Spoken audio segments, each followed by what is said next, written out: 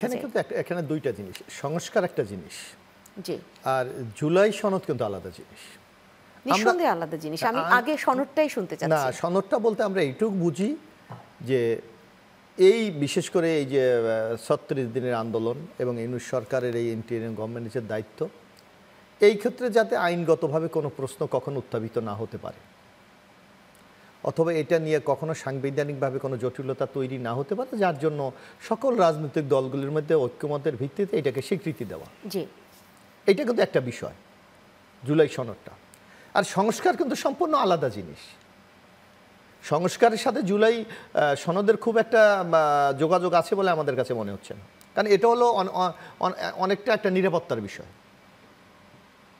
আমরা জুলাই সনদটা, আমি জুলাই সনদটাই আগে শুনতে যাচ্ছি। সেই জায়গায় সবাই আসলে কোন না, পর্যায়ে এটা নিয়ে তো পৌঁছাতে কারো কোনো পারবে? আপত্তি নাই। জি, জুলাই সনদ নিয়ে তো আমি আমার কাছে যেটা এখানে মুশফিক হয়তো বলবে পরে, জুলাই সনদ নিয়ে এখন তো আপত্তি নাই, কিন্তু দেখা হচ্ছে যে আমাদের সামগ্রিক সংস্কারের জন্য যেই জিনিসগুলি আমাদের সবচেয়ে বেশি প্রয়োজন, তার বাইরে অতিরিক্ত এমন কিছু বিষয় এখানে উপস্থাপন করা হয়েছে যেগুলো নিয়ে রাজনৈতিক দলগুলির মধ্যে বিরাট একটা মতপার্থক্য আছে। আপনাদের আপত্তি নেই, গুরুত্ব কতটুকু আছে? না, গুরুত্ব অবশ্যই আছে। যেমন আমি আপনাকে বলি, আমার গণপ্রজাতন্ত্রী বাংলাদেশ, এটা নিয়ে কোনো সংকট আছে?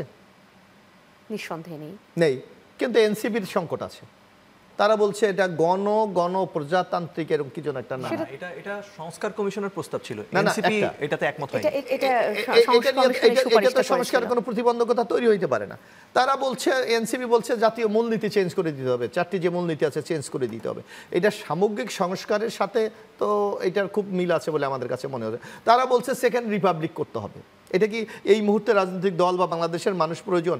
আপনার কি আইনশৃঙ্খলা উন্নতি বেশি দরকার, না আমার সেকেন্ড রিপাবলিক করা বেশি দরকার? আমার কি কর্মসংস্থান দরকার, না আমার অর্থনীতির চাকাটাকে সচল করা দরকার? আজকের রিপোর্ট আপনাকে আমি বলি, আজকের সর্বশেষ, যে এই ইউনূস সরকার আসার পর, এই 24 সালের পর প্রায় 65টা গার্মেন্টস বন্ধ হয়ে গেছে।